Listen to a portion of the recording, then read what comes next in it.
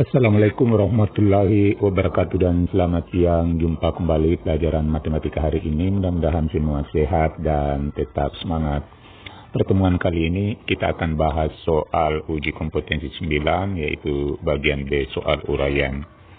Buku matematika kelas 7 SMP/MTS.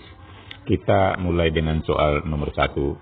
Perhatikan diagram batang. Jadi diagram batang ini diperlihatkan ada batang warna biru ini adalah laki-laki, kemudian yang merah perempuan. Pertanyaannya, tentukan banyaknya semua siswa laki-laki, dan B, tentukan banyaknya semua siswa perempuan. Jadi tinggal kita lihat untuk laki-laki batang biru ini kita jumlahkan mulai dari 14 orang ini, tambah 15, tambah 11, tambah 12, ditambah dengan 15, tambah 17, hasilnya sama dengan 84 siswa. Kemudian siswa perempuan warna merah, mulai dengan 18, ini 18, tambah 16, ditambah lagi 18, kemudian ditambah 16, tambah 18, tambah 19, sama dengan 105 siswa. Nomor 2. Banyaknya penduduk dari suatu kecamatan seperti ditunjukkan dalam tabel di bawah ini. Ada 6 desa.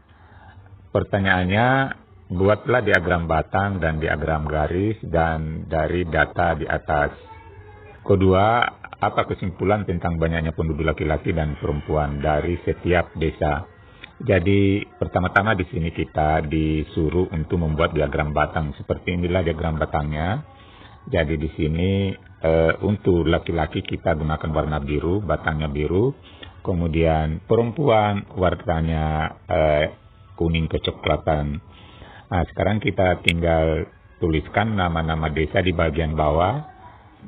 Banyaknya penduduk di bagian vertikal mulai dari 0. Jadi ini lompatannya 500, 0, 500, 1000, 1500, 2000, 2500 sampai dengan penduduk 3000. Kemudian kita buat batas daripada diagram batangnya. Misalnya di sini Sido Mulyo untuk penduduk laki-laki warna biru banyaknya adalah 1250. Jadi ini 1000, ini 1500, berarti setengahnya. Ini 1250. Supaya menggampangkan orang untuk membaca grafik ini, kita kasih angka di batang ini 1250. Begitu juga perempuannya, penduduknya di sini adalah 1550. Jadi ini 1500, jadi sedikit lewatnya dari 1500. Kemudian kita tuliskan angkanya di sini pada bagian batang 1550. Kemudian kedung niagang, ini untuk warna biru laki-laki, kita baca di sini 2050. Jadi di sini angka 2000 lewat 50, jadi lewat sedikit.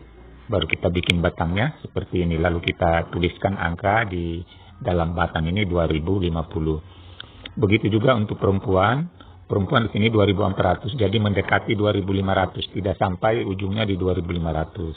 Kita bikin batangnya, lalu kita tuliskan angkanya 2400. Begitu seterusnya. Diagram garisnya seperti halnya diagram batang tadi, pada bagian bawah kita tulis nama-nama desanya, ada 6 desa. Kemudian pada bagian garis vertikal kita ambil angka-angka, boleh 0 ini lompatan 1000, boleh juga seperti tadi. Jadi 0, 1000, 2000, 3000, 4000, 5000. Kemudian untuk Sido Mulyo ini kita kasih laki-laki garis warna biru, kemudian perempuan warna merah. Tinggal kita letakkan di sini. Untuk desa Sido Mulyo ini laki-lakinya tadi 1250, berarti ini angka 1000, di atasnya 1000 adalah 1250, jadi ada lewat sedikit buat titik di sini.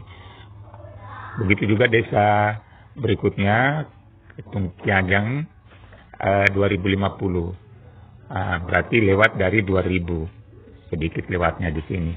Sudah kita bikin titik-titik dari setiap desa, kita hubungkan garis warna biru. Dan jangan lupa di setiap titik kita cantumkan banyaknya penduduk di Setiap desa kayak seperti ini 1.250 untuk laki-laki tadi, kemudian 2.050 dan seterusnya. Begitu juga untuk penduduk perempuan, kita gunakan warna merah. Yang berikutnya, kesimpulan apa yang dapat dari data tersebut? Jadi banyaknya penduduk laki-laki dan perempuan dari setiap desa adalah penduduk laki-laki lebih sedikit daripada penduduk perempuan. Soal nomor 3, perhatikan diagram garis berikut. Jadi ini datanya. Ini menunjukkan nilai tukar rupiah terhadap dolar Amerika. Setelah kita lihat daripada diagram garisnya ini, ada pertanyaan di bawahnya. Tentukan besar kenaikan nilai tukar rupiah terhadap dolar Amerika Serikat. Nah, ini mulai dari hari Senin. Ini Senin. Jadi Senin itu ini sampai ke hari Minggu. Jadi dari hari Senin sampai hari Minggu itu kenaikannya berapa hari Minggu di sini. Jadi berapa naiknya ini?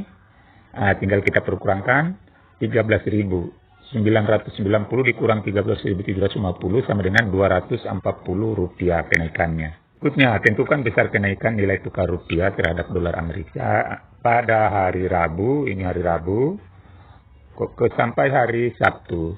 Jadi angkanya seperti ini. Berapa naiknya ini? Kita tinggal perkurangkan 13.820 dikurang 13.710 sama dengan 110 rupiah. Nomor 4. Dalam satu minggu, banyaknya kendaraan yang melintas di jalan tol tercatat dalam tabel berikut ini. Jadi hari Senin itu yang melintas 2.550 mobil. Hari Selasa 3.500 dan seterusnya. Jadi kalau kita jumlahkan, yang melintas selama satu minggu adalah 23.300. Jadi kita jumlahkan semuanya. Pertanyaannya, buatlah diagram lingkaran dari tabel tersebut. Jadi seperti ini diagram lingkarannya. Kita buat seperti ini. Jadi hari Senin itu 11%, kemudian Selasa 15%. Kemudian D-nya, tentukan persentase banyaknya kendaraan setiap hari dalam sepekan.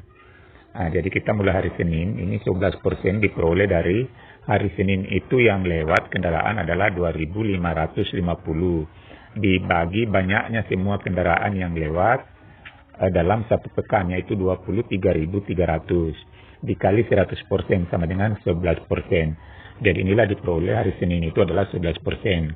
Kemudian kalau kita mau cari hari Selasa, berarti di sini kita cari 3.500, hari Selasa ini 3.500 dibagi 23.300 dikali 100%. Hasilnya nanti dapat 15%. Begitu juga di hari Rabu, 3.000 bagi 23.300 kali 100% akan dapatkan 13%. Begitu seterusnya untuk mencari jawaban bagian B ini.